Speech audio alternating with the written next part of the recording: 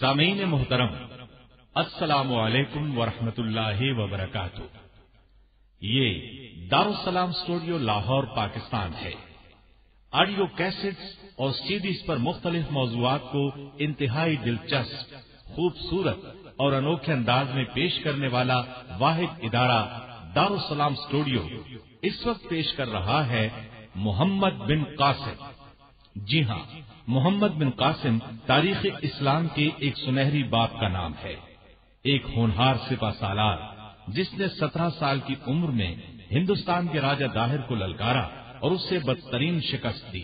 محمد بن قاسم کی داستان جہاد اس سی ڈی میں سنتے ہوئے آپ خود کو 1400 سال پہلے کی دنیا میں محسوس کریں گے۔ محمد بن قاسم جس نے ہندوستان کا ایک بڑا حصہ اسلامی حکومت میں شامل کیا، جس نے اپنے حسن سلوک سے اپنوں ہی کے نہیں دشمنوں کے دل بھی موہ لیے۔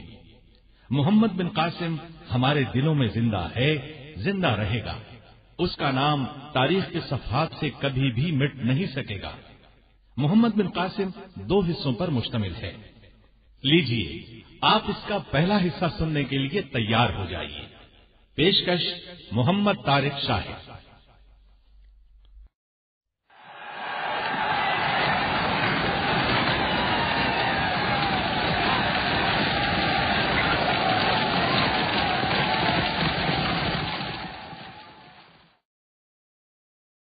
اسلام کا تصور جہاد، مال غنیمت اور کشور کشائی کی بجائے مظلوم کی داد رسی، کلمہ حق کے اعلان، عدل و انصاف کے قیام اور ظلم کے خاتمے کا عظیم مقصد لیے ہوئے ہے۔ محمد بن قاسم کے حملوں کی وجوہات بھی یہی تھیں۔ مسلمان عرب تاجروں کے دیبل کے ساحلوں کے قریب لٹنے کا واقعہ خود ایک بہت بڑا واقعہ تھا۔ اس سے ظاہر ہوتا تھا کہ بحیرہ عرب، بحیرہ ہند اور مالابار کے ساحلوں کی طرف سفر کرنے والے تاجر اور مسافر نہ خود محفوظ تھے نہ ان کا مال۔ اس پر سندھ کے حکمرانوں کا غرور، تکبر اور خود سری کہ جس کے بل بوتے پر ظالم کو ظلم کی کھلی چھٹی تھی اور مظلوم کو جائے پناہ نہ ملتی تھی۔ راجہ داہر اور اس کے حواری ہندوستان کے دوسرے ہندو راجوں اور مہاراجوں کی طرح کسی ضابطۂ اخلاق اور نظام حیات کے پابند نہیں رہے تھے۔ طاقت اور دھونس نے دھاندلی کو رواج دیا اور دیکھتے ہی دیکھتے یہ خطہ ظلم، بربریت، اندھیر نگری اور چوپٹ راج کا نقشہ پیش کرنے لگا تھا۔ الارض للہ، زمین اللہ کی ہے، اس کے وسائل بھی اللہ کے ہیں، مخلوق اسی کی ہے، نظام بھی اسی کا چلے گا، حکم اور قانون بھی اللہ کا ہوگا۔ اسلام کے اس سنہری اصول کے پیش نظر حجاج بن یوسف اور خلیفہ پر مظلوم مسلمانوں کی مدد فرض ہو گئی تھی، لیکن ہند کے مزید حالات جان کر انہیں محسوس ہوا کہ مرض بہت پھیلا ہوا ہے۔ طاقتور کے ہاتھوں کمزور لٹ اور پٹ رہا ہے۔ حکومت کے لیے کوئی ضابطۂ اخلاق نہیں ہے۔ رعایا غلاموں سے بدتر زندگی گزارنے پر مجبور ہے اور حاکم اسے اپنی ذاتی ملکیت سمجھتے ہیں۔ کوئی معاشرتی بندھن اور کوئی سیاسی نظام نہیں ہے جو اشتراک عمل اور مرجع عوام کی حیثیت رکھتا ہو۔ عدم مرکزیت نے بر صغیر کو چھوٹی چھوٹی راجدھانیوں اور ریاستوں میں تقسیم کر دیا تھا۔ یہ تقسیم جو سماجی حیثیت، دولت، اقتدار اور لامحدود اختیارات کا شاخسانہ تھی، رفتہ رفتہ خطے کا نفسیاتی مزاج بن گئی تھی۔ مذہب، فرقوں، دیوی دیوتاؤں کی کثرت اور رنگ و نسل کے فرق کو مستقل حیثیت دے کر ذات پات اور چھوت چھات میں تبدیل کر دیا گیا تھا۔ اونچی ذات کے ہندو اپنے ہی ہم مذہبوں کو حشرات الارض سے بھی کمتر سمجھنے لگے۔ برہمن، ویش، کھشتری اور شودر کی تقسیم نے انسانی عظمت کی دھجیاں بکھیر دی تھیں۔ اخلاقی اقدار سرے سے موجود ہی نہ تھیں۔ چچ نامہ کے مطابق راجہ داہر نے خود اپنی سگی بہن سے شادی رچائی تھی۔ عدم مساوات کا سبب نیکی اور تقوی کی بجائے ذات، رنگ اور نسل بن جائے تو نخوت اور تکبر آنکھوں پر پٹی باندھ دیتا ہے۔ یہی وجہ ہے کہ ہندوستان کے حکمرانوں کی آنکھوں پر بھی نخوت اور تکبر کے پردے پڑ گئے۔ حجاج بن یوسف کے خط کے جواب میں راجہ طاہر نے جس طرز عمل کا مظاہرہ کیا وہ اس کی کمینگی اور نخوت و تکبر کا ثبوت ہے۔ ہندوستان کے سماجی، معاشرتی اور سیاسی حالات کے علاوہ مذہبی گمراہی اور دینی بے خبری کا بھی تقاضا تھا کہ مسلمان اس علاقے کی طرف توجہ کریں اور جنگل کے قانون کو بدل کر تہذیب و تمدن اور ایک اعلیٰ کلچر کی بنیاد رکھیں۔ محمد بن قاسم کی قیادت میں مسلمانوں کی برصغیر میں آمد حملہ آوروں جیسی نہیں ہے، بلکہ اس کا انداز مصلح، اصلاح کار اور نجات دہندہ کا سا ہے۔ مسلمانوں نے اسلام کے سنہری اور تعابد بے مثال اصولوں کو ہمیشہ مقدم رکھا، سفر میں بھی، حضر میں بھی، عام سماجی میل جول میں بھی اور جنگ، جدال اور جہاد میں بھی۔ محمد بن قاسم کی فوج نے دیبل سے ملتان تک عظیم الشان فتوحات کی اور اصول پسندی کا دامن ہمیشہ تھامے رکھا۔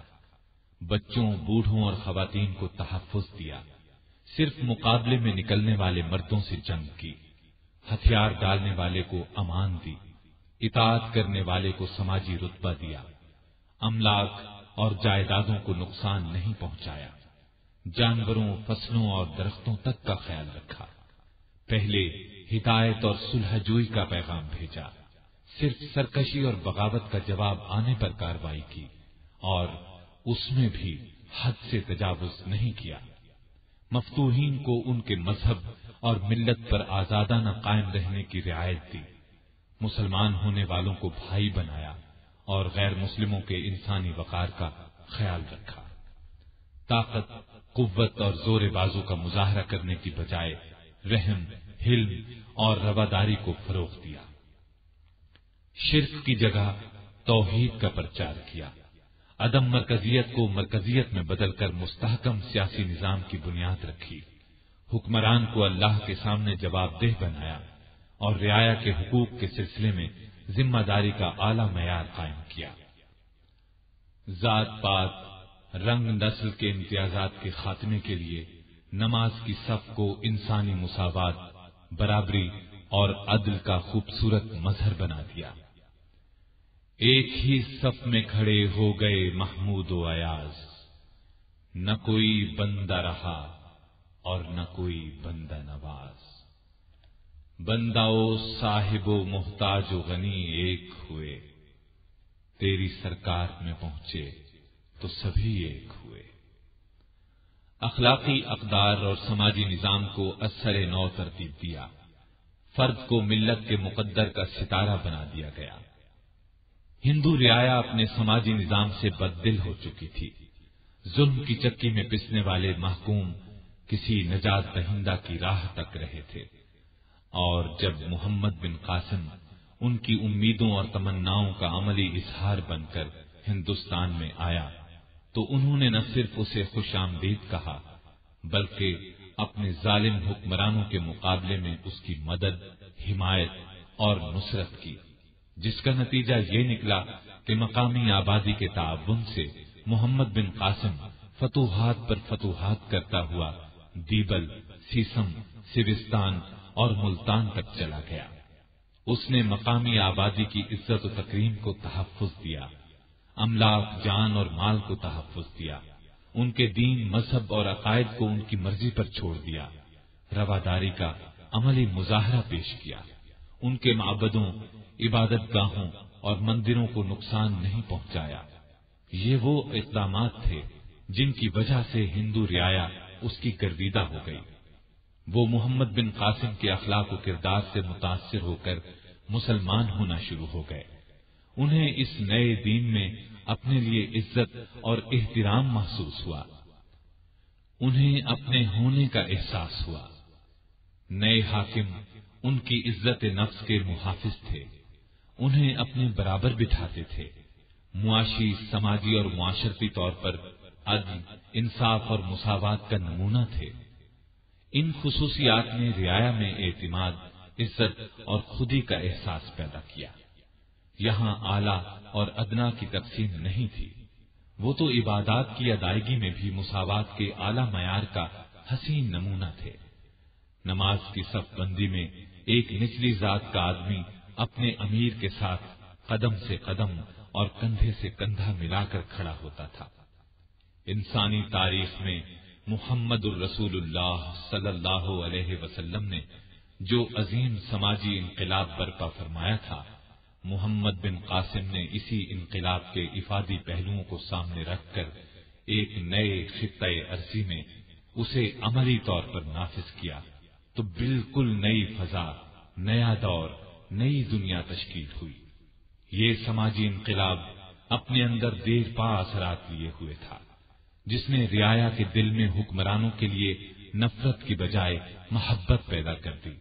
یہی وجہ ہے کہ محمد بن قاسم کے جانے کے بعد ہندو رعایا تک اس سے اس قدر محبت اور عقیدت رکھتی تھی کہ اس کے مجسمے بنا لیے تھے اور اسے عقیدت و احترام سے یاد کرتے تھے۔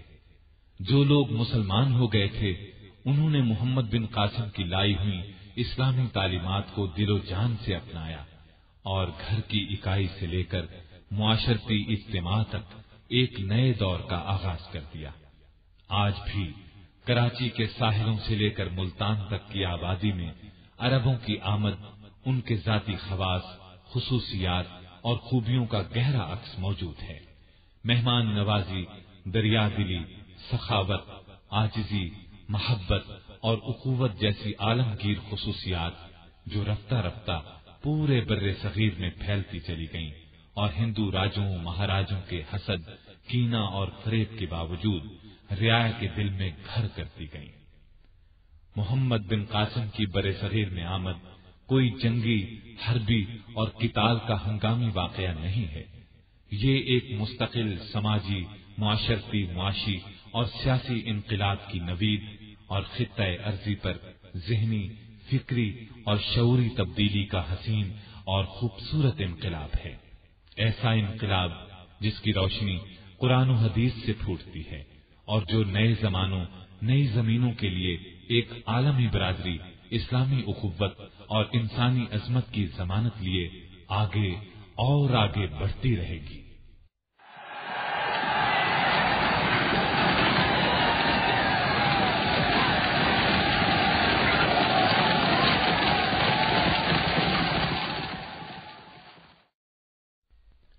یہ 92 ہجری ہے۔ اسلامی مملکت کا حکمران اموی خلیفہ ولید بن عبد الملک ہے۔ اس کی طرف سے عراق کا گورنر حجاج بن یوسف ہے۔ سخت گیری کی وجہ سے اس کا بہت دبدبا ہے۔ دوسری طرف سندھ کا حکمران راجہ طاہر ہے۔ یہ ظالم اور جابر حکمران تو ہے ہی، بحری ڈاکوؤں کو بھی اس کی پشت پناہی حاصل ہے، اور یہیں سے ایک ہونہار سپہ سالار کی ولولہ انگیز کہانی دنیا کے سامنے آتی ہے۔ 17 سال کی چھوٹی سی عمر میں جس نے اسلامی فتوحات کا ایک نیا سنہری باب رقم کیا، پہلا مسلمان سپہ سالار جس نے بر صغیر پاک و ہند میں قدم رکھا۔ یہ سب کیسے ہوا؟ یہ ایک دلچسپ داستان ہے۔ سننے والوں کے لیے اس میں حیرت کا بہت سامان موجود ہے۔ کہانی کی ابتدا یوں ہوتی ہے۔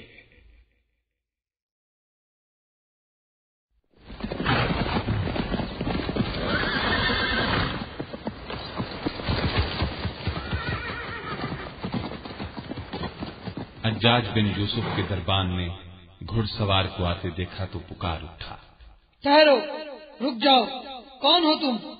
جانتے نہیں یہ حجاج کے آرام کا وقت ہے؟ جواب میں اجنبی نے کہا، مجھے مت روکو، بہت دور سے آیا ہوں، عرب کی ایک بیٹی کی فریاد حجاج کے کانوں تک پہنچانے کے لیے۔ حجاج فوراً باہر نکل آیا۔ اس نے کہا، یہ کیسا شور ہے؟ کیا معاملہ ہے؟ دربان فوراً اس کی طرف مڑا اور گھبرائی ہوئی آواز میں بولا، سرکار، یہ ایک خستہ حال شخص ہے۔ حجاج نے نظر بھر کر اس کی طرف دیکھا، پھر بولا، اسے اندر آنے دو۔ یہ سن کر فریادی فوراً بول اٹھا، میرے پاس اتنا وقت نہیں حجاج، میری بات انہی قدموں پر سن لو۔ میں سراندیپ سے آیا ہوں، بحری ڈاکو نے جہازوں کو لوٹ لیا، مسافر کو قید کر لیا۔ حجاج نے بے چینی کے عالم میں ہاتھ اٹھایا، پھر بولا، پوری بات بتاؤ۔ فریادی نے چند لمحے سانس لیے، پھر کہنے لگا، سراندیپ سے ہمارے بحری جہاز عرب کی طرف آ رہے تھے، یہ کل 8 تھے۔ ان جہازوں پر مسافر بھی تھے، تاجر بھی تھے، تجارت کا سامان بھی تھا۔ سراندیپ کے حاکم نے مسلمانوں کے خلیفہ ولید بن عبد الملک کو کچھ قیمتی تحائف بھیجے تھے۔ ان تحائف میں گھوڑے اور دوسرا ساز و سامان شامل تھا۔ مسافروں میں عورتیں اور بچے بھی تھے۔ اچانک سندھ کے بحری ڈاکوؤں نے ان جہازوں کو چاروں طرف سے گھیر لیا، ان پر تیروں کی بارش کر دی، پھر جہازوں پر رسے پھینکے، ان کے ذریعے جہازوں پر آ گئے۔ مسافر فوجی تو تھے نہیں کہ ان کا مقابلہ کرتے۔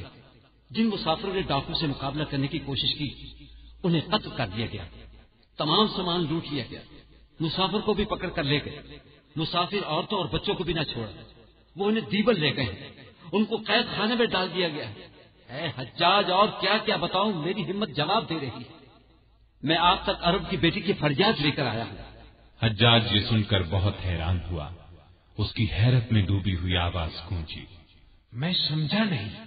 خستہ حال فریادی نے مشکل سے سر اٹھایا اور لڑکھڑاتے لہجے میں مشکل سے بولا، میں عرب کی اس بیٹی کا نام نہیں جانتا۔ جب ڈاکو نے ہم سب کو دیبل کے ساحل پر اتارا تو انہوں نے ہم سب کو کوڑے مارے، کوڑے مارتے جاتے اور بھیڑ بکری کی طرح ہمیں آگے دھکیلتے جاتے۔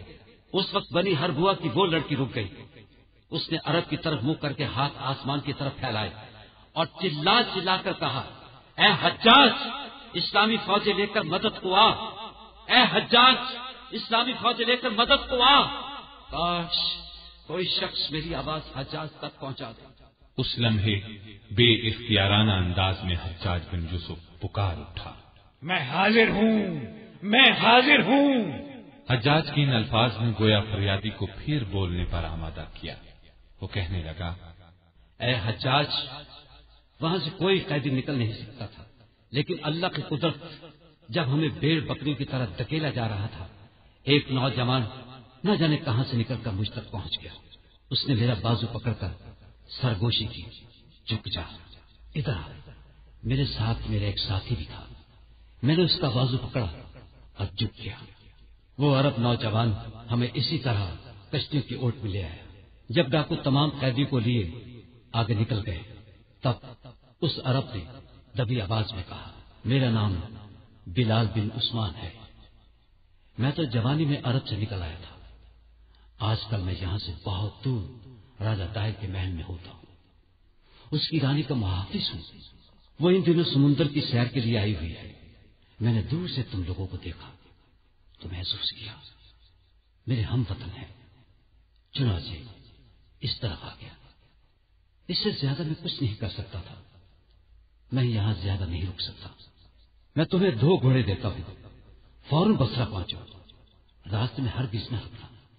بصرے کا حاکم حجاج بن یوسف ہے، اسے بتاؤ یہ ڈاکو راجہ طاہر کے اپنے آدمی ہیں، راجہ طاہر کی طرف سے مقرر کردہ دیبل کا حاکم ان ڈاکو کی پشت پر ہے۔ سو اے حجاج، اس طرح ہم 2 آدمی وہاں سے نکل سکے۔ میرا ساتھی راستے میں گھوڑے سے گر کر مر گیا، صرف میں یہاں تک پہنچ سکا، اور میں راستے میں کہیں بھی نہیں رکا، بس ایک جگہ گھوڑا زور بدلا تھا۔ اے حجاج، مدد مدد مدد۔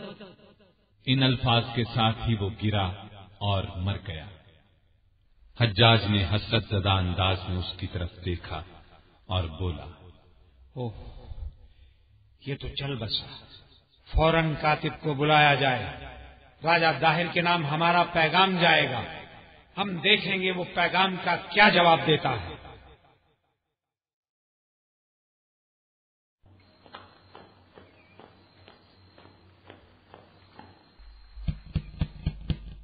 حجاج یہ دستک سن کر بڑبڑا کر اٹھتا ہے اور پکارتا ہے، کون ہے؟ کیا ہے؟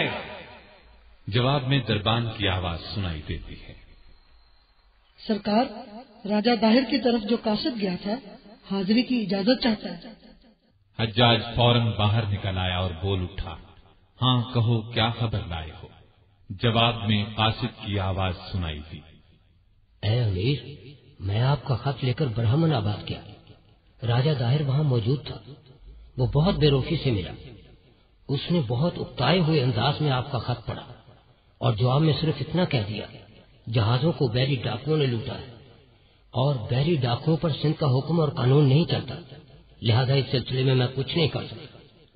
حجاج کا چہرہ تن گیا، رنگ سرخ ہو گیا، آنکھیں باہر کو ابل آئیں، چلا کر بولا، یہ کہا اس نے، میرے خط کا یہ جواب دیا، اب اسے سبق سکھانا ہوگا۔ کاتب کو بلاؤ، میں آج ہی خلیفہ ولید بن عبد الملک کو خط بھیجتا ہوں۔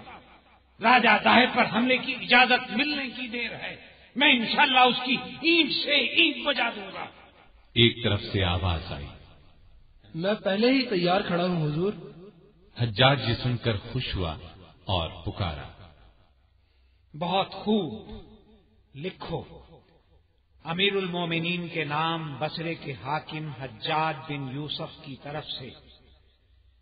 انہیں لکھو، راجہ داہر نے قیامت ڈھا دی، قزاقوں کے روپ میں اپنی فوج کے ذریعے مسلمانوں کے بحری جہاز لوٹ لیتا ہے، مسلمان مردوں، عورتوں اور بچوں کو قیدی بنا لیتا ہے، لہذا سندھ پر حملے کی اجازت دی جائے۔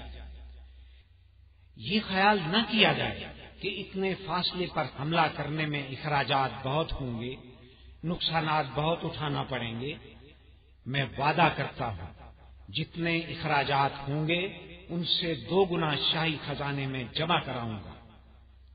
کاتب، کیا تم لکھ چکے؟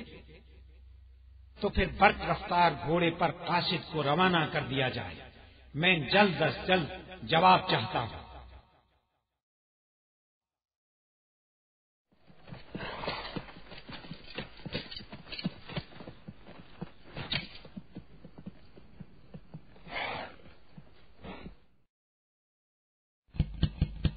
حجاج پہلے ہی بےتابانہ انتظار کر رہا تھا۔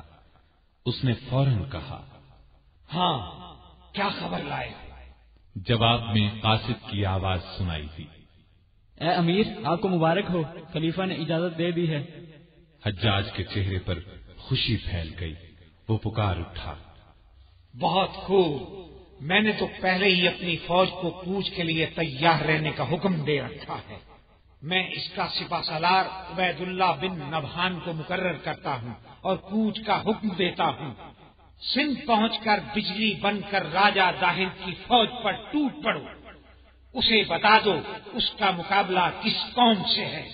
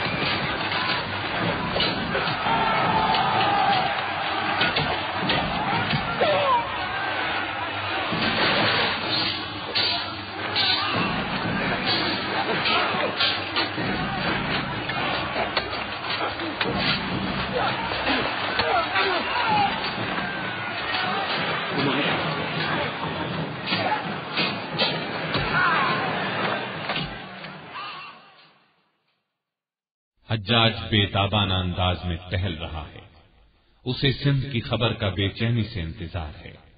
جو ہی قاصد اس کے پاس آ کر گھوڑے سے اترا، وہ پکارا، کیا خبر لائے قاصد؟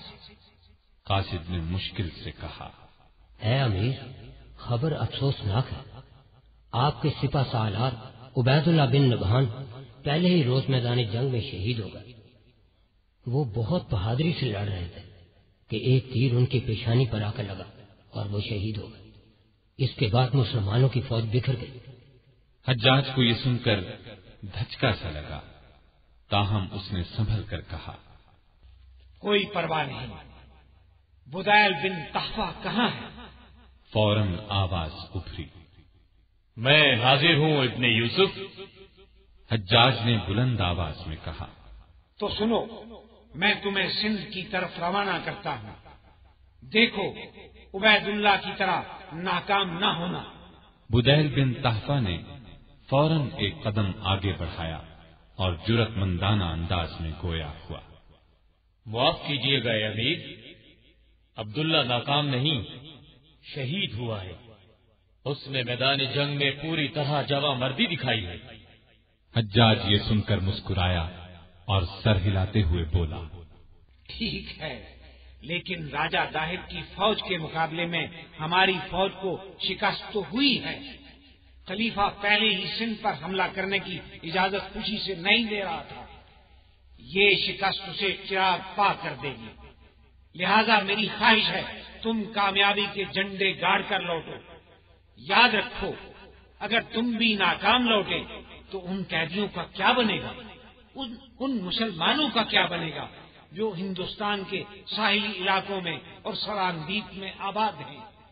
سندھ کے ڈاکو اصل میں راجہ داہر کے اپنے آدمی ہیں، وہ انہیں اسی طرح لوٹتے رہیں گے، قیدی بناتے رہیں گے۔ بدیل جاؤ، 3000 فوج تمہارے لیے مکران میں تیار کھڑی ہے۔ اور یہ بھی سوچ لو بدیل، مجھے میرے وطن کی ایک مسلمان بیٹی نے پکارا ہے، وہ راجہ داہر کی قید میں ہے، اس کی آواز مجھ تک پہنچانے والے نے میرے سامنے جان دی تھی۔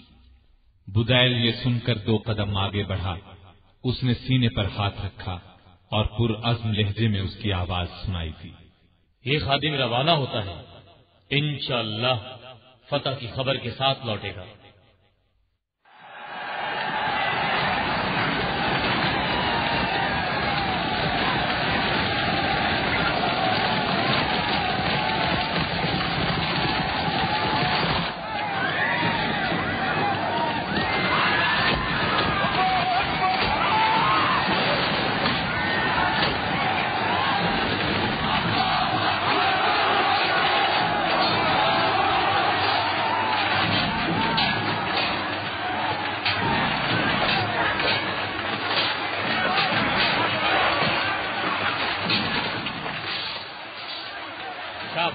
جوانوں، آج ہندوؤں کو بتا دو، ان کا مقابلہ ان سے ہے جو موت سے نہیں ڈرتے۔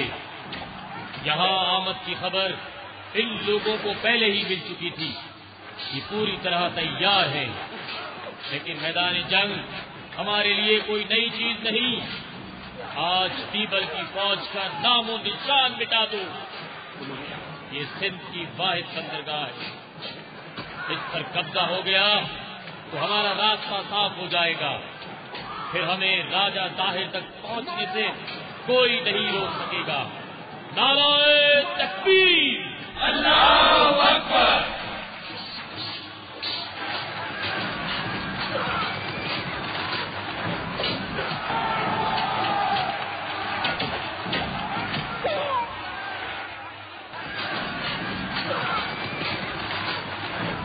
یہ الفاظ سپہ سالار بدیل کے تھے۔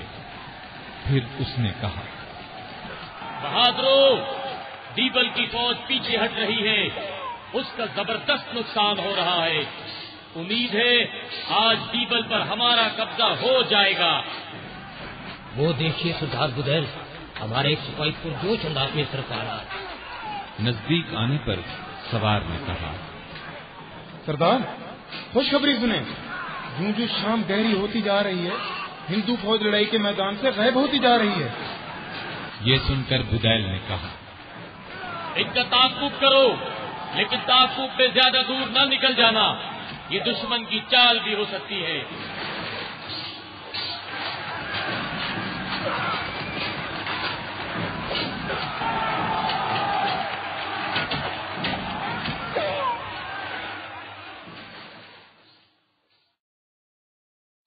جلد ہی بدیل کو یہ خوشخبری سنائی گئی، ہندو فوج مکمل طور پر پسپا ہو چکی ہے، ان کی لاشوں سے میدان بھرا پڑا ہے۔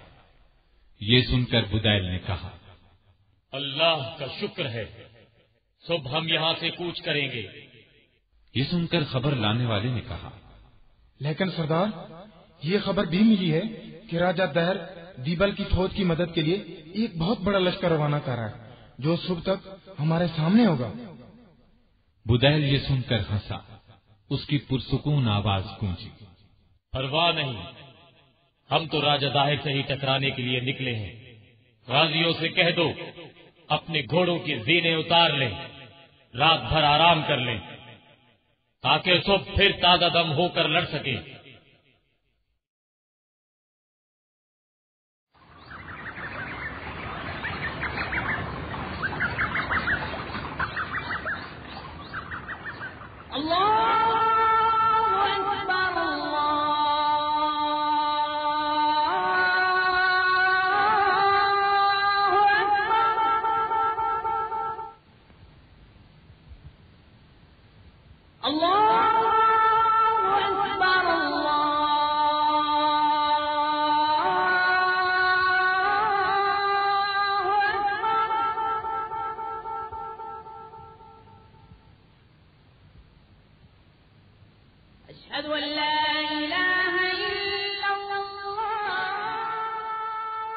اذان کی آواز نے بدیل کو جگا دیا۔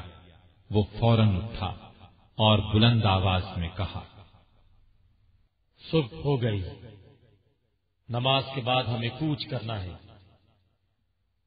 وہ اس طرف غبار اٹھ رہا ہے، گرد کے بادل بہت اونچے اٹھ رہے ہیں۔ یہ ضرور راجہ داہر کا لشکر ہے، گویا یہ لوگ آ پہنچے۔ خیر، ہم پہلے نماز ادا کریں گے۔ جوانوں، فوراً نماز ادا کر لو، پھر صفے درست کر لو، مقابلے کی گھڑی آ پہنچی۔ اللہ اکبر، اللہ اکبر، اشہد ان لا الہ الا اللہ، اشہد ان محمد رسول اللہ، حی علی الصلاۃ، حی علی الفلاح، قد قامت الصلاۃ، قد قامت الصلاۃ، اللہ اکبر، اللہ اکبر، لا الہ الا اللہ، اللہ اکبر۔ السلام علیکم ورحمۃ اللہ، السلام علیکم ورحمۃ اللہ۔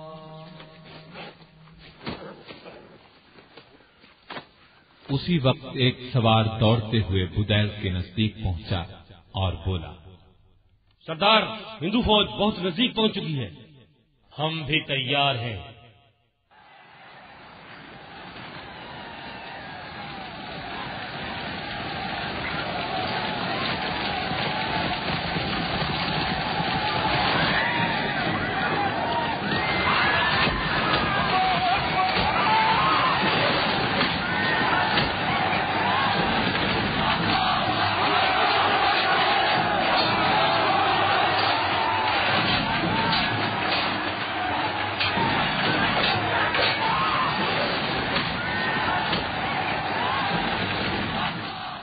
بدیل نے محاذ جنگ کا جائزہ لیا۔ دشمن کی تعداد بہت زیادہ تھی۔ اس نے ساتھیوں کا حوصلہ بڑھانے کے لیے گونجدار آواز میں کہا، شاباش مجاہدو، تم نے کل دشمن کے دانت کھٹے کیے تھے، آج پھر ان کے پاؤں اکھاڑ دو، پھر ہمیں راجہ داہر تک پہنچنے سے کوئی نہیں روک سکے گا۔ دائیں طرف والے اور بائیں طرف والے دستے پوری طرح دباؤ ڈالیں، میں درمیان سے حملہ کر رہا ہوں۔ ایسے میں ایک سپاہی کی آواز سنائی دی، سردار لڑائی اب پورے زوروں پر ہے، ہندو بہت زوردار حملے کر رہے ہیں، راجہ داہر کا بیٹا جیسے ایک ہاتھی پر بیٹھا آگے بڑھ رہا ہے۔ یہ سن کر بدیل نے کہا، تب پھر میں اسے گراؤں گا۔ سوار یہ سن کر بولا، لیکن سردار وہ ہاتھی پر سوار ہے، آپ کا گھوڑا ہاتھی کو دیکھ کر بھجک جائے گا۔ بدیل یہ سن کر ہنسا اور کہنے لگا، نہیں بتکے گا، آؤ میرے ساتھ۔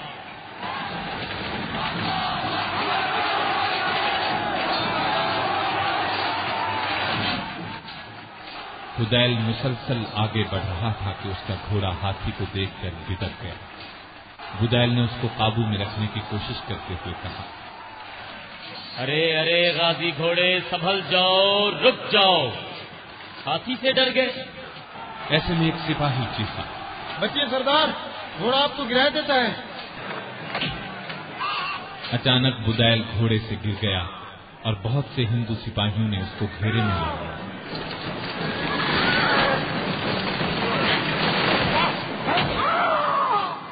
ایسے میں سردار بدیل کی آخری چیخ سنائی دی۔ راجہ داہر کے بیٹے جیسیا کا برچھا اس کے سینے پر رہا۔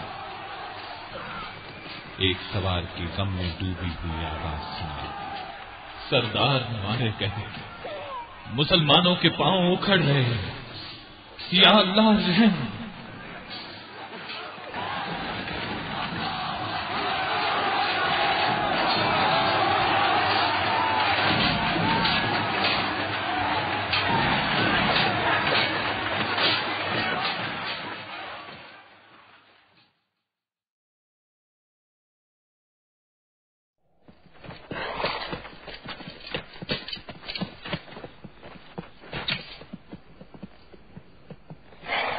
قاصد حجاج بن یوسف کے سامنے پہنچ کر گویا ہوا، بہت بری خبر ہے امیر۔ حجاج نے اسے نظر بھر کر دیکھا، پھر اس کے منہ سے آواز نکلی، میں سننے کے لیے تیار ہوں۔ کیا بدیل بھی مارا گیا؟ اس کی فوج کو بھی شکست ہو گئی؟ قاصد نے سر ہلا دیا اور کہا، ہاں امیر، یہی خبر ہے۔ فوج کا بہت بڑا حصہ کام آ گیا، بہت تھوڑے سپاہی جان بچانے میں کامیاب ہو سکے۔ حجاج کا سر جھک گیا، اس کی دکھ بھری آواز سنائی دی، تم نے یہ خبر سنا کر میرے سینے میں برچھی اتار دی ہے۔ بدیل ایسا بزدل تو نہیں تھا۔ قاصد یہ سن کر خاموش نہ رہ سکا، اس نے کہا، وہ بزدل نہیں تھا اے امیر، وہ تو دشمن کے قلب میں پہنچ گیا تھا، وہ سالار سے سپاہی بن گیا تھا۔ اس نے ہندوؤں کا حصار توڑ کر رکھ دیا تھا، اور پہلے دن تو اس نے انہیں شکست دے دی تھی۔ اس کی تلوار نے ہندو سالار کے محافظوں کا صفایا کیا، پھر ایڑ لگا کر اپنے گھوڑے کو راجہ داہر کے بیٹے جیسیا کے سامنے لا کھڑا کیا، اور پھر اس نے اپنے گھوڑے کو ہندو سالار کے ہاتھی کے ارد گرد دوڑایا، اور سامنے سے دائیں سے بائیں سے آتے ہوئے تیروں، نیزوں اور برچھیوں سے خود کو بچایا، اور اس طرح بچایا کہ بیان نہیں کیا جا سکتا۔ اللہ کی قسم، بدیل بزدل نہیں تھا، وہ تو ہاتھی کی چنگاڑ سے اس کا گھوڑا بدک گیا اور وہ گھوڑے سے گر گیا۔ بس اسی لمحے جیسیا کی برچھی اس کے جسم سے پار ہو گئی۔ حجاج بن یوسف کا سر یہ الفاظ سن کر اوپر اٹھ گیا۔ اس نے نئے عزم کے ساتھ کہا، بس فیصلہ ہو گیا، اب میں اپنے بھتیجے محمد بن قاسم کو بھیجوں گا۔ اس کے علاوہ مجھے اور کوئی سالار ایسا نظر نہیں آتا جو مسلمانوں کو فتح سے ہمکنار کر سکے۔ کاتب کو بلاؤ، میں والی شیراز محمد بن قاسم کے نام پیغام لکھوانا چاہتا ہوں۔ میں لکھوانا چاہتا ہوں، محمد بن قاسم، اب وہ وقت آ گیا ہے جس وقت کے لیے میں نے تمہاری پرورش کی تھی۔ فوج بھیج رہا ہوں، تم اس کی کمان کرو گے۔ سندھ میں 2 مرتبہ ناکامی کی تفصیل قاصد سے پوچھ لینا۔ فوج ہر طرح کے ساز و سامان سے لیس ہے، یہاں تک کہ منجنیقیں بھی ساتھ ہیں۔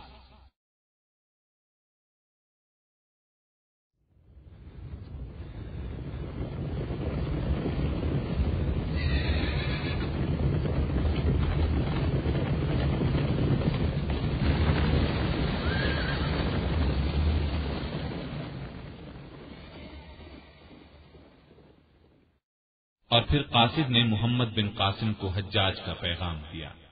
اسے پہلے ہی اطلاعات مل چکی تھی اور وہ بے چینی سے پیغام کا انتظار کر رہا تھا۔ چچا جان نے لشکر کا سالار کسے مقرر کیا ہے؟ قاصد نے جواب میں بتایا، جہم بن زجر کو، لیکن ان کا کام لشکر کو صرف یہاں تک پہنچانا تھا۔ یہاں سے سالار آپ ہوں گے، یہ خط پڑھ لیجیے، حالات اور واقعات جہاں آپ کو سنا دیں گے، پھر آپ جو مناسب خیال کریں قدم اٹھائیں۔ یہ سن کر محمد بن قاسم نے کہا، بہت خوب، پہلے میں خط پڑھوں گا، پھر فوج کا معائنہ کروں گا، سابقہ ناکامیوں کا جائزہ لوں گا۔ سالار جہاں، حاکم بصرہ کی کوئی خاص ہدایت ہو تو بتائیے۔ سالار جہم نے یہ سن کر کہا، آپ کے چچا کا حکم ہے آپ یہاں سے پہلے مکران جائیں، اور مکران کا امیر محمد بن ہارون ہے، اسے لشکر کی آمد کی خبر دی جا چکی ہے، وہ آپ کو وہاں کے علاقائی حالات بتائے گا، اور آپ کے چچا کی ہدایت یہ ہے کہ جب تک ان کا حکم نہ پہنچے دیبل پر حملہ نہ کیا جائے۔ یہ بات سن کر محمد بن قاسم نے کہا، ٹھیک ہے، میں صبح ہی مکران کے لیے روانہ ہو جاؤں گا۔ آپ کے لیے امیر کا کیا حکم ہے؟ جہم نے فوراً جواب دیا، میں آپ کی ہدایت کا پابند ہوں۔ محمد بن قاسم مسکرایا، پھر پوچھا، سامان سے لدے جہاز اور بادبانی کشتیاں مکران کے ساحل پر پہنچ چکی ہیں؟ جہم نے جواب دیا، فکر نہ کریں، جب آپ لشکر لے کر مکران پہنچیں گے تو جہاز بھی وہاں پہنچ چکے ہوں گے۔ 15 کے قریب جہاز ہیں اور 50 کشتیاں ہیں، اور ان پر جنگی سامان لدا ہوا ہے۔ منجنیق بھی ہیں، ایک منجنیق تو بہت زیادہ بڑی ہے، اتنی بڑی ہے کہ اسے 500 آدمی مل کر کھینچتے ہیں، تب اس سے پتھر نکل کر دشمن کی طرف جاتا ہے۔ وہ اتنا وزنی پتھر پھینکتی ہے کہ قلعے کی دیوار میں شگاف ہو جاتا ہے۔ اس کا نام عروس ہے۔ محمد بن قاسم نے کہا، ٹھیک ہے، میں انشاءاللہ صبح روانہ ہوں گا اور شام سے پہلے مکران کے امیر محمد بن ہارون سے ملاقات کروں گا۔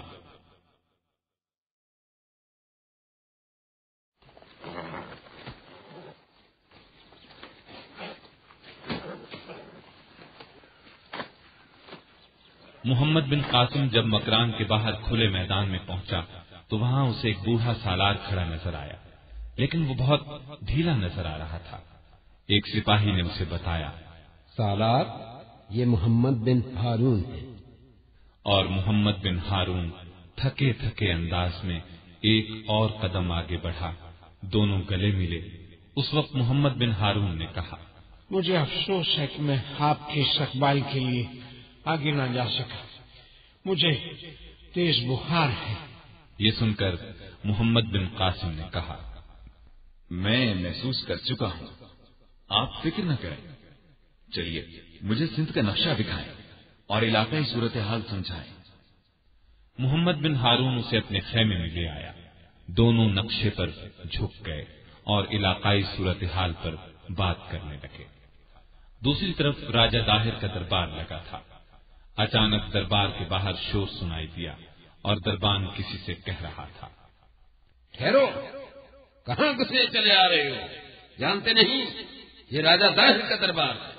جواب میں ایک کھردری آواز سنائی دی، اچھی طرح جانتا ہوں، مہاراج کو بتاؤ شتر سوار آیا ہے، بڑی اہم خبریں لایا ہے۔ اچھا، تو آپ راجہ صاحب کے جاسوس ہیں؟ جاسوس نے ہنس کر کہا، بہت دیر سے پہچانا۔ دربان نے فوراً کہا، آپ ٹھہرے، میں اجازت لے کر آتا ہوں۔ ضرور ضرور۔ راجہ داہر تو جاسوسی کا منتظر تھا، اس نے فوراً اسے اندر بلا لیا اور بے تابانہ پوچھا، ہاں کیا خبر لائے ہو؟ جاسوس نے جھک کر آداب بجا لائے۔ علی جا، وہ فوج نہیں، انسانوں کا سمندر ہے، گھوڑوں اور اونٹوں کا ٹھاٹھے مارتا سمندر ہے۔ یہ سمندر عرب سے آیا ہے، مکران میں آ کر رکا ہے۔ بحری جہازوں سے جو سامان اتارا جا رہا ہے اس کا تو کوئی شمار ہی نہیں، فوج کی تعداد میں بتا نہیں سکتا۔ سمندر کی سطح پر کشتیاں اور جہاز اتنی تعداد میں ہیں کہ اور کچھ نظر ہی نہیں آتا، اور ان تمام سے زیادہ عجیب بلکہ عجیب تر بات یہ کہ اس فوج کا سپاہ سالار صرف ایک 17 سالہ نوجوان محمد بن قاسم ہے۔ یہ سن کر راجہ داہر اچھل پڑا، چیخ کر بولا، صرف 17 سالہ نوجوان اس بڑی فوج کا سپاہ سالار ہے؟ جاسوس مسکرایا اور گویا ہوا، ہاں مہاراج، لیکن سنا ہے مسلمان فوج کو اس پر بہت زیادہ اعتماد ہے. یہ نوجوان بصرے کے والی حجاج بن یوسف کا بھتیجا ہے. فنون سپاہ گری میں اسے کمال حاصل ہے. اس عمر میں یہ بہادری کے انوکھے کارنامے دکھا چکا ہے. انتظامی صلاحیت تو گویا اس میں کود کود کر بھری ہے. حجاج نے اسے شیراز کا امیر مقرر کر رکھا تھا، وہیں سے اس طرف روانہ کیا.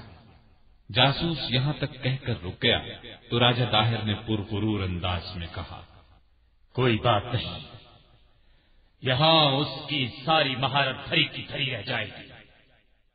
یہ مسلمان اپنے 2 سالاروں کو پہلے ہی ہمارے ہاتھوں میدان جنگ میں برما چکے ہیں. اب تیسرے کو لے آئے، انہیں ان کی موت ہی گھیر کر اس طرف لے آئی ہے. پہلے 2 کی طرح یہ بھی منہ کی کھائیں گے. مسلمان فوج کو دیبل سے پہلے ہی قلعہ کنگز پور کے مقام پر شکست دے دی جائے گی. ناکو چنے چبوا دیے جائیں گے. مقابلے کی تیاری شروع کی جائے.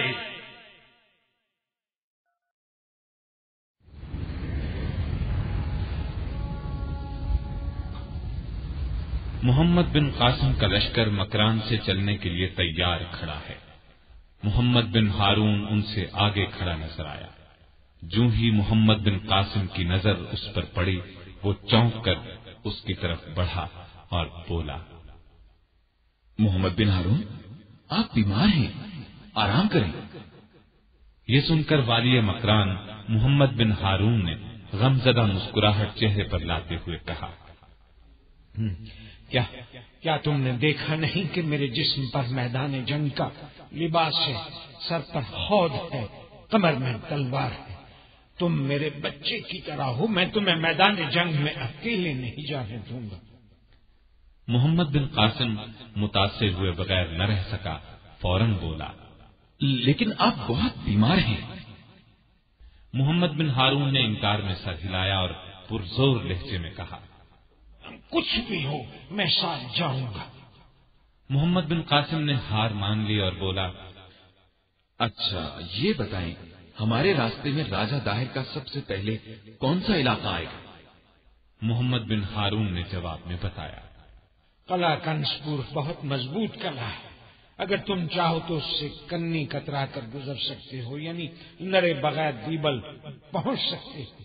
یہ سن کر محمد بن قاسم نے کہا، لیکن اس صورت میں ہم اپنی پشت کی طرف سے محفوظ نہیں ہوں گے. اس قلعے کی فوج پشت کی طرف سے حملہ آور ہوگی، سامنے سے دیبل کی فوج بڑھے گی. نہیں دوست، پہلے ہم اس قلعے کو فتح کریں گے. محمد بن ہارون نے فوراً تائید کی، میری رائے بھی یہی ہے. اطلاعات یہی ہیں کہ راجہ داہر نے اس قلعے میں بہت فوج جمع کی ہے تاکہ تمہیں اسی مقام پر روک دیا جائے. محمد بن قاسم کے چہرے پر مسکراہٹ پھیل گئی. اس نے ہنس کر کہا، تب پھر یہ قلعہ ہی ہمارا پہلا نشانہ ہوگا. اعلان کرا دیں، قلعے کو گھیرے میں لے لیا جائے. قلعہ بند لوگوں کو موقع دیا جائے کہ وہ ہتھیار ڈال دیں. قلعہ ہمارے حوالے کر دیں. ان کی جان و مال کی حفاظت کی جائے گی، اور اگر ہم نے اپنی کوشش سے قلعہ فتح کیا تو کسی کے جان و مال کی حفاظت کی ذمہ داری ہم پر نہیں ہوگی. محمد بن ہارون نے فوراً جواب دیا، ٹھیک ہے، یہ اعلان کرا دیا جائے گا. قلعہ اب یہاں سے زیادہ دور نہیں، بلکہ وہ دیکھیے اس کے برج نظر آنے لگے ہیں. ہم کچھ ہی دیر بعد قلعے کو گھیر چکے ہوں گے. کچھ ہی دیر میں شہر میں اعلان ہوا، قلعے کے لوگوں، تمہاری بھلائی اس میں ہے کہ قلعہ ہمارے حوالے کر دو. اس صورت میں تمہارے مال اور جان ہماری حفاظت میں ہوں گے، لیکن اگر تم نے جنگ کی تو پھر ہم ذمہ دار نہیں ہوں گے. یہ اعلان 3 بار دہرایا گیا. ایسے میں قلعے کی طرف سے تیروں کی بوچھاڑ کر دی گئی. یہ دیکھ کر محمد بن قاسم نے کہا، محمد بن ہارون، ان لوگوں نے انتظار نہیں کیا، اعلان سنتے ہی تیر اندازی شروع کر دی. خیر، اب ہمیں زوردار مقابلہ کرنا ہوگا.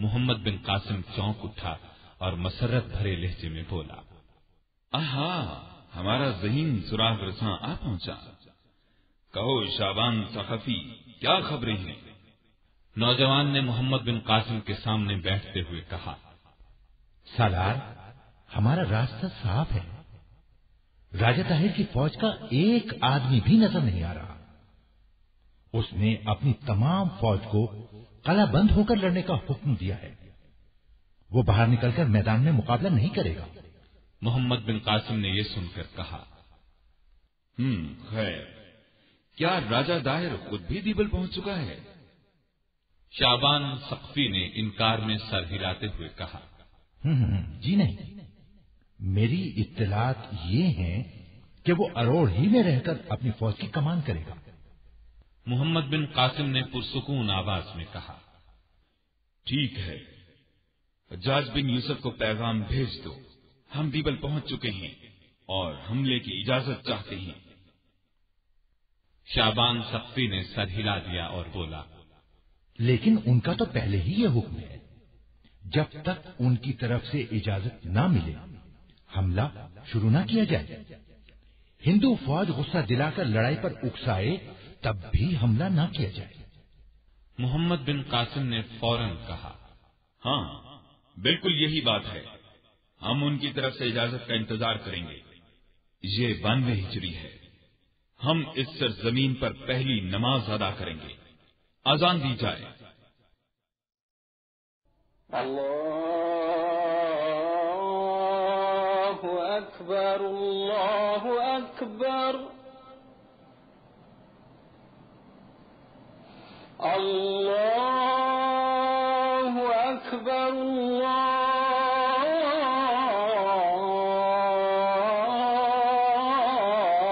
اکبر۔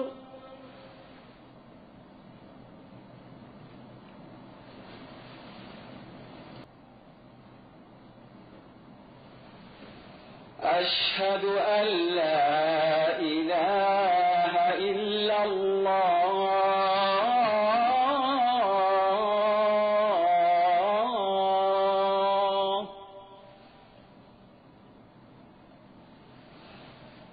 أشهد أن محمدا رسول الله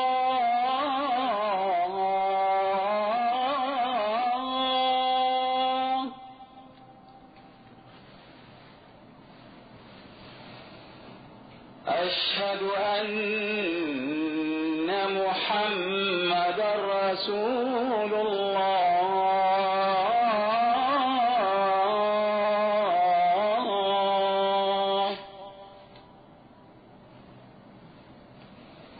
حي على الصلاة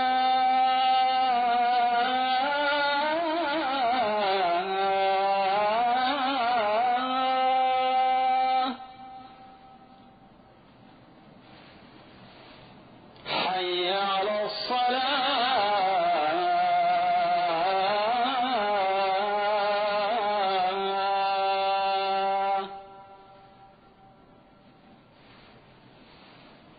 حي على الفلاح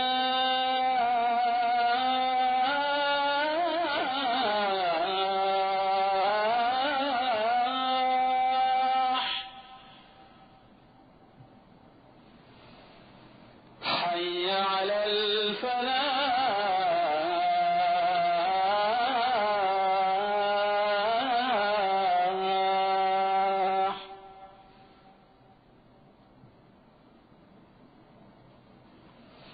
الله أكبر، الله أكبر، لا إله إلا الله۔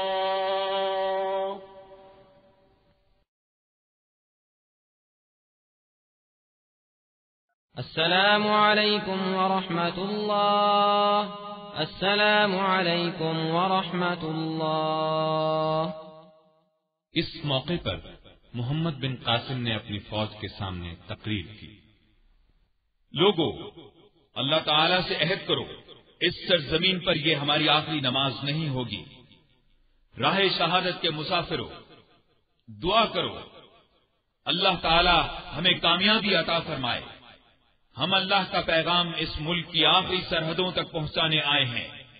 اللہ کا ذکر کرتے رہو، ہر وقت اللہ سے مدد اور فتح طلب کرتے رہو، اور دیبل کے قلعے کے سامنے خیمے نصب کر دو، خیموں کے ارد گرد خندق کھود دو، رات کے کچھ حصے میں بیدار رہ کر اللہ کی عبادت کرو۔ رات کا پہرا بہت ضروری ہے، دشمن بہت عیار ہے، خطرہ ہے وہ شبخون نہ مارے۔ اور میں تم لوگوں کو بصرے کے امیر حجاج بن یوسف کا پیغام پڑھ کر سناتا ہوں۔ ان کا حکم ہے جو لوگ قرآن پڑھ سکتے ہیں وہ قرآن کی تلاوت کسی حالت میں نہ چھوڑیں، جو قرآن پڑھنا نہیں جانتے انہیں سکھائیں، تلاوت کے علاوہ نوافل بھی ادا کرتے رہیں، ہر خیمے سے قرآن کی تلاوت سنائی دے۔ اور یہ بات بھی ذہن میں رہے، ہم اپنے وطن سے اتنی دور بے گناہ قیدیوں کو چھڑوانے آئے ہیں، ساری دنیا کو بتانے آئے ہیں، کوئی غیر مسلم ایک مسلمان کو پکڑے تو بھی ہم اس کی مدد کو آئیں گے انشاءاللہ۔ اب کام شروع کر دو۔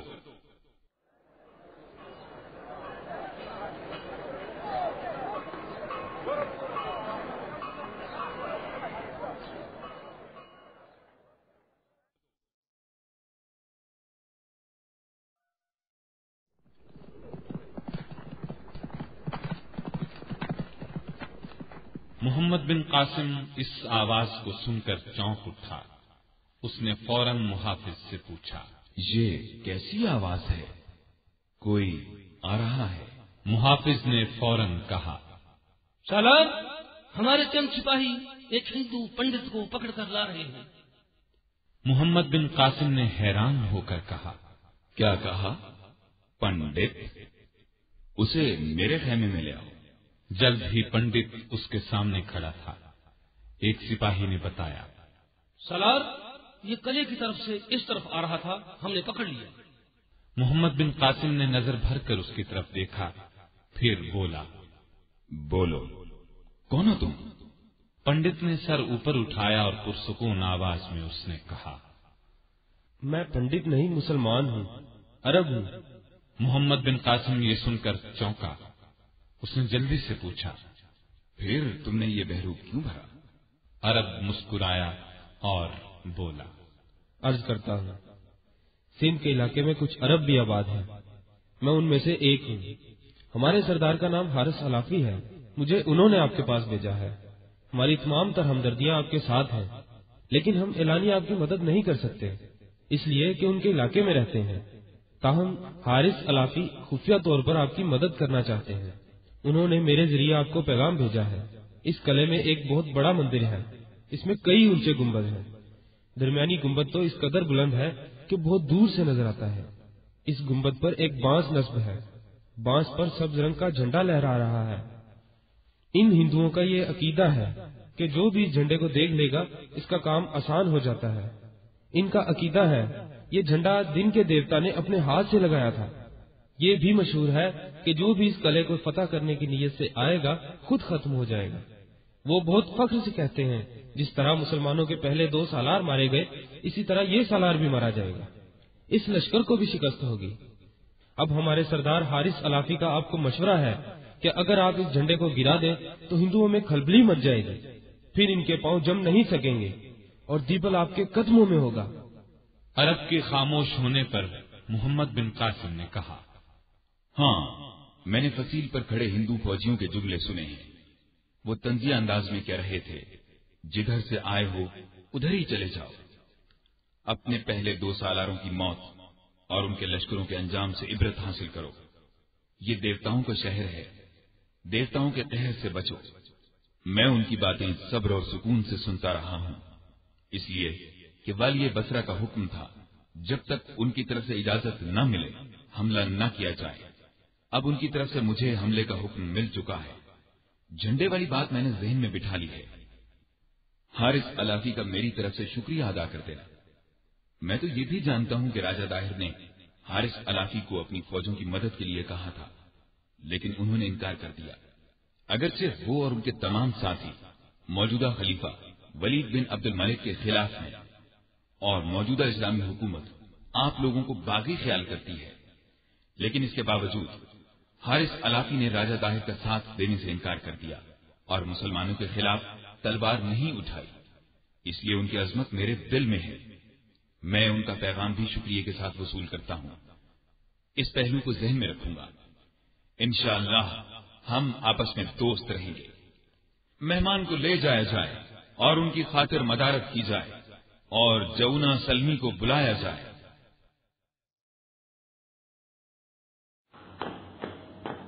محمد بن قاسم نے اندر داخل ہونے والے نوجوان کا استقبال کرتے ہوئے کہا، آؤ جونا سلمی میرے ساتھ، ہم ذرا قلعے کی طرف چلتے ہیں۔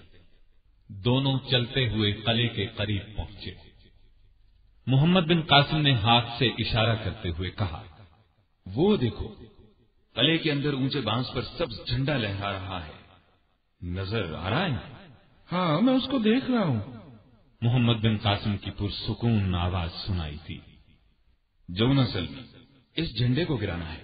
اس کو گرانے کے لیے اس گنبد کو توڑنا ضروری ہے جس پر یہ نصب ہے۔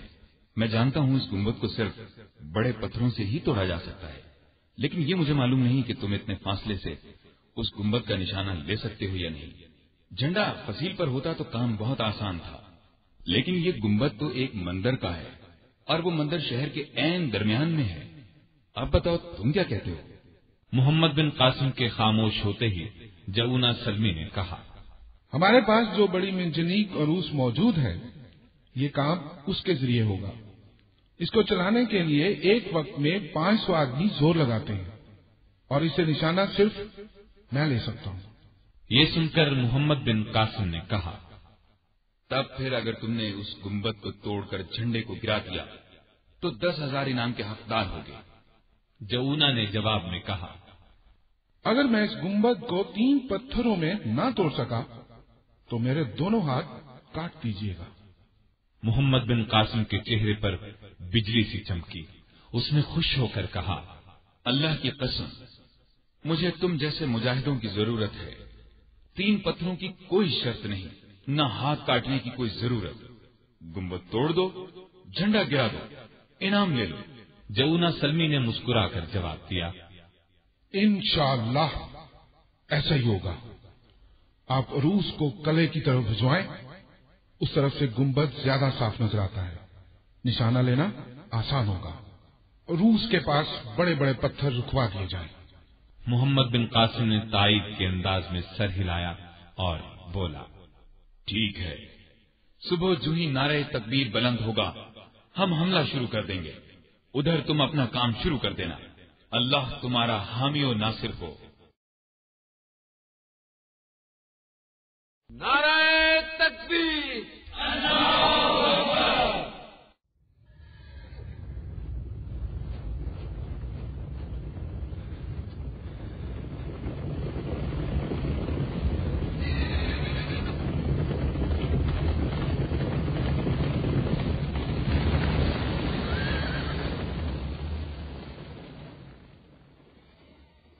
ادھر جونا سلمی عروس کے پاس بالکل چاق چوبند کھڑا تھا۔ 500 آدمی تیار تھے۔ اچانک اس نے کہا، میں عروس میں پہلا پتھر رکھ رہا ہوں، بسم اللہ الرحمن الرحیم۔ شاباش ساتھیو، لگا دو پورا زور۔ آج بتا دو ہندو قوم کو ان کا مقابلہ محمد عربی کے غلاموں سے ہے۔ شاباش، رسوں کو آخری حد تک کھینچو اور کھینچو۔ ہاں ٹھیک ہے، اب یکدم اسے چھوڑ دو۔ واہ خوب، وہ دیکھو پتھر اڑا جا رہا ہے، وہ مارا، پتھر گنبد پر لگا ہے، ابھی جھنڈا نہیں گرا۔ دوسرا پتھر رکھو۔ ہاں ٹھیک ہے، چھوڑ دو اسے، وہ دیکھو وہ جا رہا ہے پتھر۔ ارے ارے، یہ تو گنبد پر لگ کر اس کے اندر ہی چلا گیا اور جھنڈے والا بانس بھی ٹیڑھا ہو گیا۔ بس ایک پتھر اور جوانوں، دیبل اب تمہارا ہے۔ ہاں انشاءاللہ، کھینچو رسے آخری حد تک، بس چھوڑو۔ وہ گیا پتھر۔ واہ کس قدر رفتار ہے پتھر جانے کی۔ وہ دیکھو جھنڈا گر رہا ہے،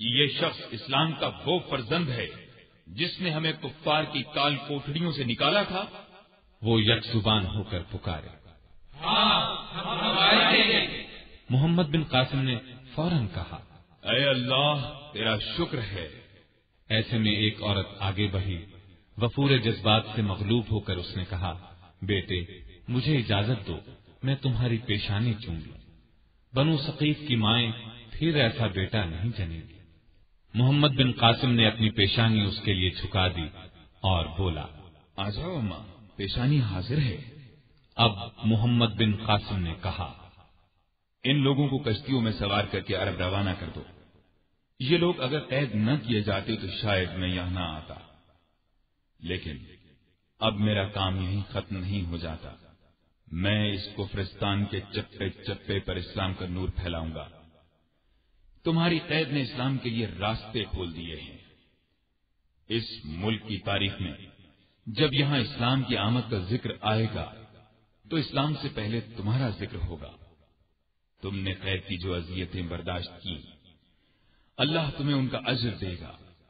میرے لیے دعا کرتے رہنا، میں جو عزم لے کر آیا ہوں اس کو پورا کر سکوں۔ سب نے ایک زبان ہو کر کہا، آمین۔ ادھر راجہ داہر بے چینی سے ٹہل رہا تھا، ٹہلتے ٹہلتے رک گیا۔ اس نے زوردار آواز میں تالی بجائی۔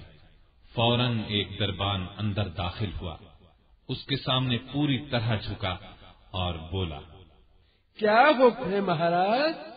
راجہ داہر نے اسے کھا جانے والی نظروں سے گھورا، پھر چیخا، ہمارے بیٹے جے سینا کو بلاؤ۔ دربان پھر جھک کر بولا، جو حکم سرکار۔ اسی وقت ایک نوجوان اندر داخل ہوا اور کورنش بجا لا کر بولا، جے سینا حاضر ہے مہاراج۔ راجہ فوراً اس کی طرف بڑھا۔ میرے بیٹے، کیا تم جانتے ہو خطرہ ہمارے سر پر منڈلا رہا ہے؟ جے سینا سینے پر ہاتھ رکھ کر تھوڑا سا جھکا اور بولا، اچھی طرح جانتا ہوں، حکم کا منتظر ہوں۔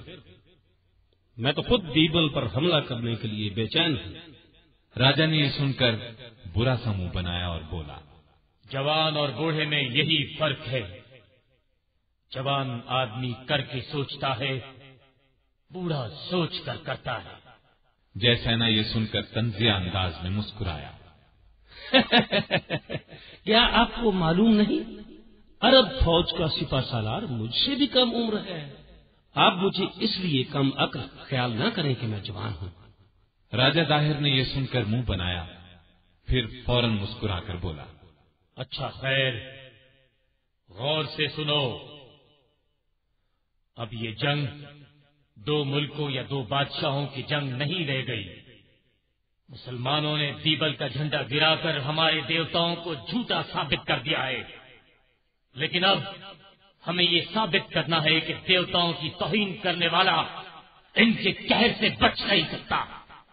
ہم نے اسلام کے راستے میں بند نہ باندھا، یہ سیاہ دھبا ہمارے خاندان کے چہرے پر لگا رہے گا کہ اس خاندان نے ہندوستان میں اسلام کو راستہ دیا تھا۔ ارمن بیلا اور دیبل کا ہاتھ سے نکل جانا جنگی نقطہ نگاہ سے ہمارے لیے خطرناک ہے۔ اس طرح دشمن کو دو اڈے مل گئے ہیں۔ دیبل یوں بھی بندرگاہ ہے، اس راستے سے دشمن کو ہر قسم کی مدد مل سکتی ہے۔ اس سے بھی زیادہ پریشانی کی بات یہ ہے کہ نیرون کے حاکم نے مسلمانوں کے ساتھ عہد کر لیا ہے کہ وہ اس کے خلاف ہتھیار نہیں اٹھائیں گے اور وہ ہماری مدد نہیں کرے گا۔ نیرون کا حاکم اگرچہ بدھ مت ہے، پھر بھی وہ اب ہماری مدد نہیں کرے گا۔ یہ سن کر جے سینا نے فوراً کہا، آپ حکم دیں تو میں اسے اغوا کر لوں، اس طرح نیرون کی فوج ہمارا ساتھ دے گی۔ راجہ داہر نے انکار میں سر ہلایا اور بولا، ایسا نہ کرنا، میں اسے کسی بہانے بلواؤں گا۔ دوسری طرف میں محمد بن قاسم کو خط لکھتا ہوں، اس طرح ہمیں تیاری کا کچھ وقت مل جائے گا۔ تم اپنے دستے برہمن آباد لے جاؤ، تمہیں دریا عبور کرنا ہوگا، لیکن ایسا کرنا اس لیے ضروری ہے کہ اس طرح محمد بن قاسم تم پر عقب سے حملہ نہیں کر سکے گا۔ دریا تمہاری پشت پر ہوگا، باقی رہ گیا نیرون کا حاکم سندر شمنی۔ نیرون کی فوج کے حاکم کو میری طرف سے کہہ دینا اس پر نظر رکھے، پھر جیسی صورتحال ہوگی کیا جائے گا۔ جے سینا نے اٹھتے ہوئے کہا، بہت بہتر، اٹھتا ہوں، محمد بن قاسم کا نام و نشان مٹا کر لوٹوں گا۔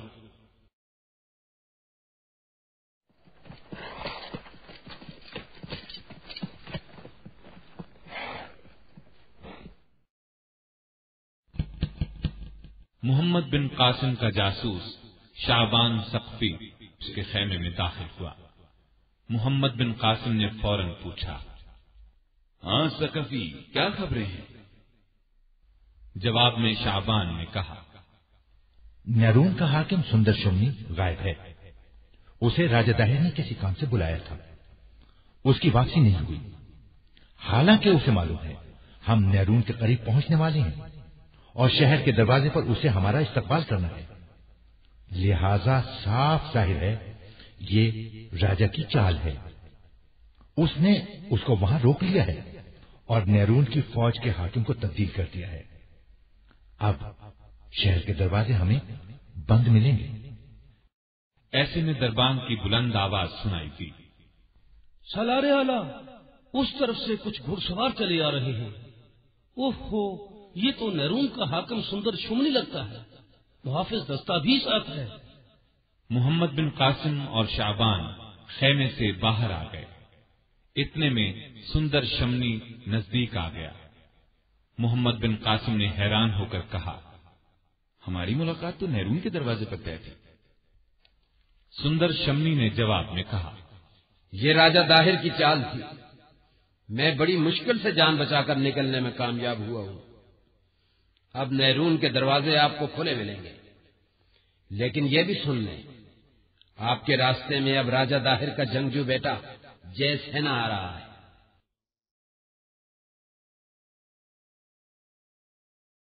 محمد بن قاسم نے یہ سن کر کہا، کوئی پرواہ نہیں، ان لوگوں کو اپنی طاقت پر گھمنڈ ہے، ساز و سامان پر بھروسہ ہے، تو ہمارا بھروسہ اپنے اللہ پر ہے۔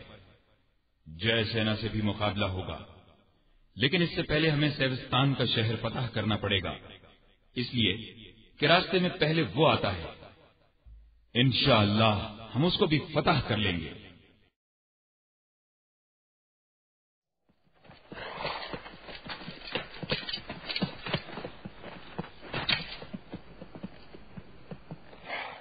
محمد بن قاسم کے دربان کی آواز اٹھی، سالار اعلیٰ حجاج بن یوسف کی طرف سے قاصد اہم پیغام لے کر آیا ہے۔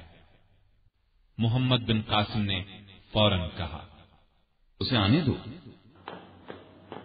پیغام پڑھا جائے۔ قاصد نے اندر آنے کے بعد حجاج بن یوسف کا پیغام پڑھ کر سنایا، محمد بن قاسم، تم پر اللہ کی سلامتی ہو۔ سیوستان کے بعد تم نے سیسم کا قلعہ اور یودیا بھی فتح کر لیے ہیں، ہندو راجا کی تمام چالوں کو بھی ناکام بنا دیا ہے۔ یہ حالات جان کر اطمینان ہوا۔ اب تم نیرون پہنچ کر راجہ داہر سے مقابلے کی تیاری کرو، فوج کو آرام دو، نفری اور ساز و سامان کی کمی کو پورا کرو، راجہ داہر کو میدان میں للکارو، اسے ایسی شکست دو کہ تمہارے قدموں میں آ گرے، اٹھنے کے قابل نہ رہے۔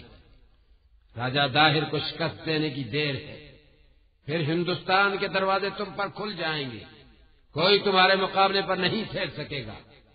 نماز اور دعا کو نہ بھولنا، تم نے عبادت، تلاوت اور دعا کے کرشمے دیکھ لیے، اللہ تمہارے ساتھ ہے۔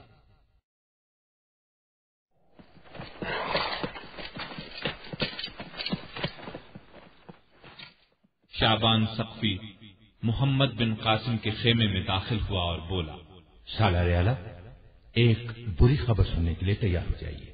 محمد بن قاسم یہ سنتے ہی بولا، اللہ اپنا رحم فرمائے، کہو شعبان کیا بات ہے؟